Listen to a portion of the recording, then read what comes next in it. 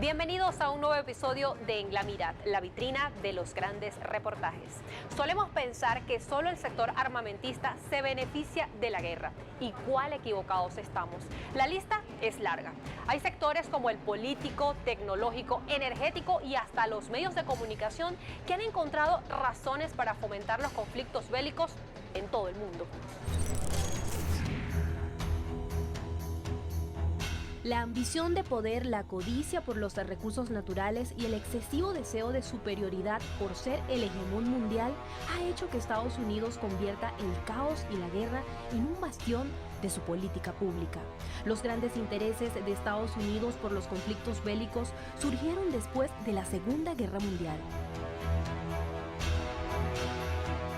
Para mantener ese estatus de política belicista, el Congreso de Estados Unidos aprobó en 2023 casi $900 mil millones para el sector militar, mismo que cada año parece ir en aumento. Estados Unidos también lidera el mercado mundial de fabricación de armamento con 6 empresas entre las 10 primeras que más facturan en el mundo. Después del conflicto Ucrania-Rusia, estas empresas persiguieron ganancias por encima de los $82 mil millones solo en el incremento del valor de sus acciones. Para el analista internacional y geopolítica Martín Pulgar, no solo el sector de fabricación de armas es el que se lucra de la guerra.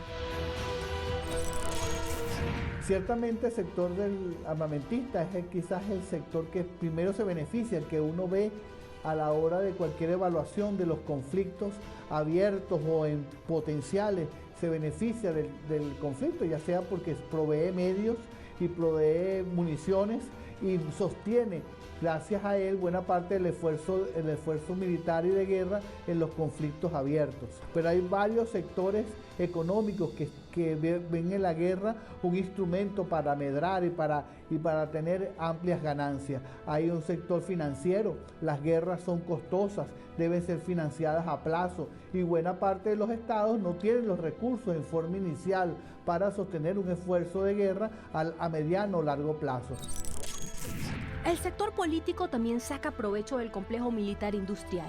Este es el que financia gran parte de las campañas electorales. Según Open Secret, una organización que mide el flujo de dinero en Estados Unidos, solo en 2016 la Asociación Nacional del Rifle donó cerca de $50 millones a campañas y candidatos de las elecciones presidenciales. Entre los afortunados se encontraba el expresidente Donald Trump, a quien la entidad apoyó con $1.9 millones.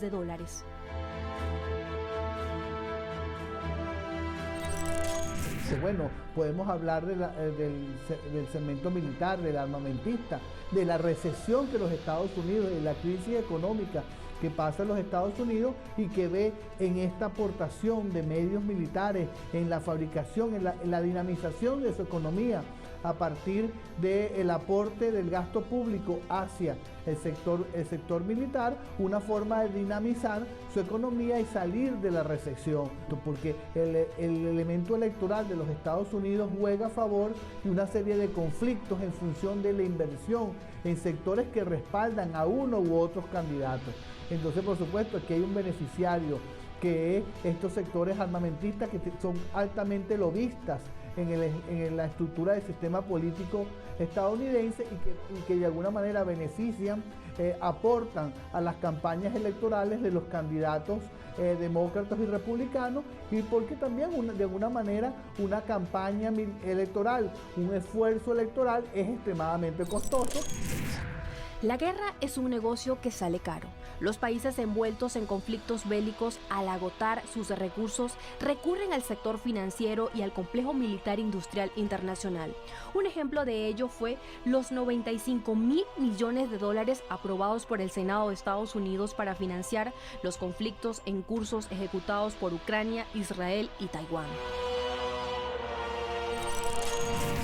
Sí, estos $96 mil millones que Estados Unidos está aportando a 3 frentes de conflicto, de guerra abierta y de guerra posible, de guerra proyectada, que en este caso Ucrania, el caso de Israel y Palestina, y el otro caso que es Taiwán.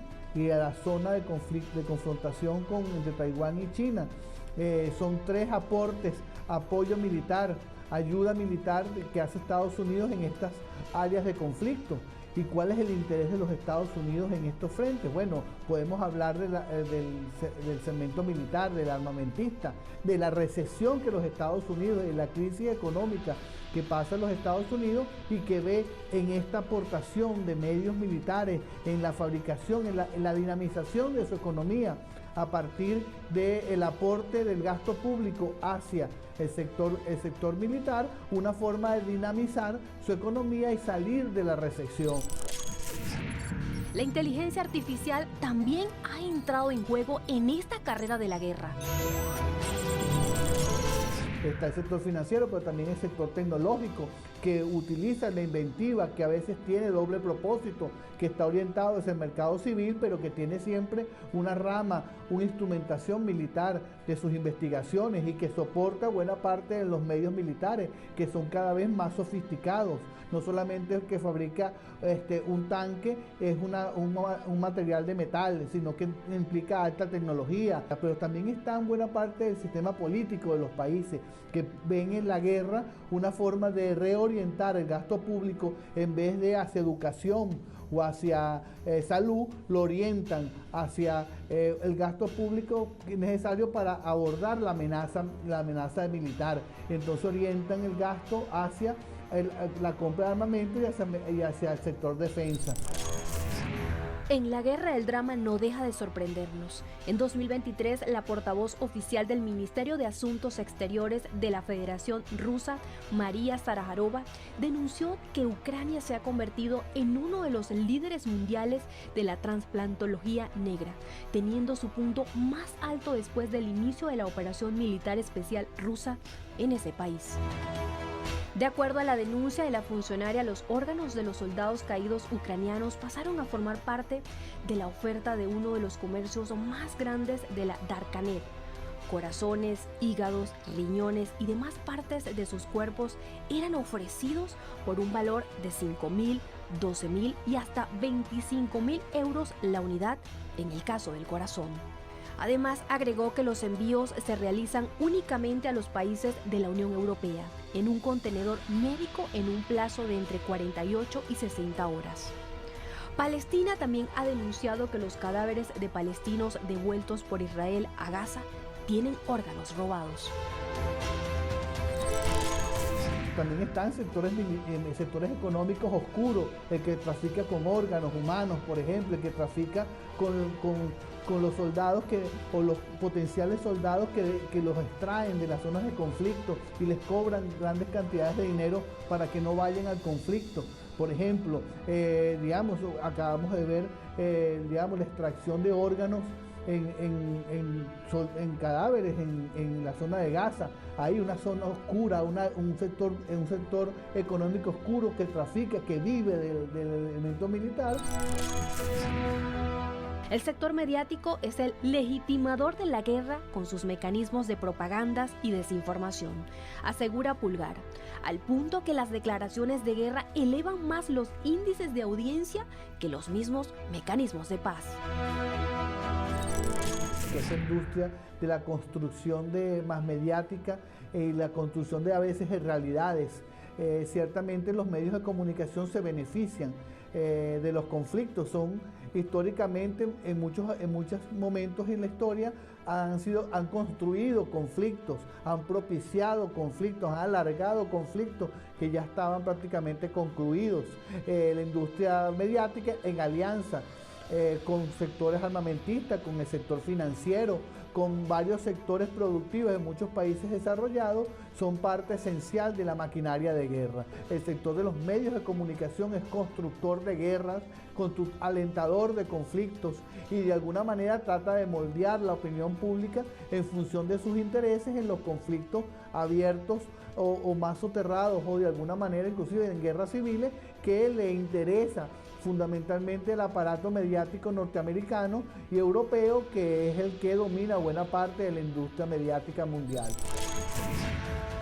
El 80% de la energía global deriva de los hidrocarburos. Eso pudiese explicar la invasión de Estados Unidos a Irak o lo que ha denunciado Venezuela respecto a Guyana. Estados Unidos intenta generar un conflicto en la región para quedarse con las vastas riquezas de Venezuela existentes en el Esequibo. Y esta afirmación de Venezuela se puede corroborar al observar a Siria, como luego de la invasión han robado más del 80% de su petróleo. Y no solo Siria, también Irak, Afganistán y Libia, naciones con grandes reservas de recursos energéticos a los que Estados Unidos ha llevado intervenciones militares devastadoras. El otro gran sector que se beneficia de los conflictos es, por supuesto, el sector energético, las industrias de la energía en su más amplio espectro, tanto las petroleras, gasíferas, como todas aquellas que están vinculadas al sector de la energía. Son los que se benefician, porque de alguna manera las guerras se libran en función de recursos. Es uno de los elementos claves de la guerra, el control de recursos. Pulgar asegura que para las potencias imperiales es fundamental el control de las fuentes de energías para mantener su sistema económico en decadencia porque han perdido en lo interno capacidad energética. La energía es clave a la hora de analizar los conflictos militares donde Estados Unidos, Europa, grandes industrias de armamento y energético y mediáticas actúan en función de ese beneficio. Su política es que si escasean los recursos energéticos, entonces hay que conseguirlos literalmente a sangre y fuego. Para una potencia como los Estados Unidos, a la que solo le quedan reservas petroleras para menos de 15 años, la energía lo es todo. Sin guerra no hay petróleo y no hay negocio. Y sin estas dos tampoco hay superpotencia unipolar. Para controlar espacios territoriales que tienen petróleo, gas y otras fuentes de energía. El caso de Venezuela es claro, el caso de la invasión en Irak es claro también el conflicto generado contra Irán y contra Rusia, porque son dos potencias energéticas importantes. La presencia militar norteamericana en el Golfo Pérsico y en la zona del Medio Oriente ampliado tiene que ver con la energía, y el conflicto que Venezuela, que pretende abrirse en el norte de Sudamérica entre Guyana y Venezuela por esa disputa de la Guayana Esequiba, que es un contencioso territorial de 2 siglos que de alguna manera puede ser alcanzado algún objetivo desde el punto de vista diplomático. Estados Unidos lo alienta el conflicto en función del control. La guerra es parte fundamental del sistema político de los países que se llaman hegemónicos y que pretenden disciplinar al mundo en función de sus reglas e intereses. Y hablando de disciplinar al mundo, con la operación militar especial de Rusia en Ucrania, Estados Unidos activó su arma de 4ª generación, las sanciones, tras imponer medidas coercitivas a Rusia y a cualquier país que haga negocios con ella. Esto derivó en una crisis energética sin precedentes en la región, debido a que Moscú era el principal proveedor de gas del continente. Al aplicarse este régimen sancionatorio, los países se vieron empujados a comprarle el gas a Estados Unidos, pero 40% más costoso que el gas ruso. Luego de lo expuesto en este reportaje, nos preguntamos, entonces, ¿a quiénes benefician los conflictos bélicos? Saque usted sus propias conclusiones.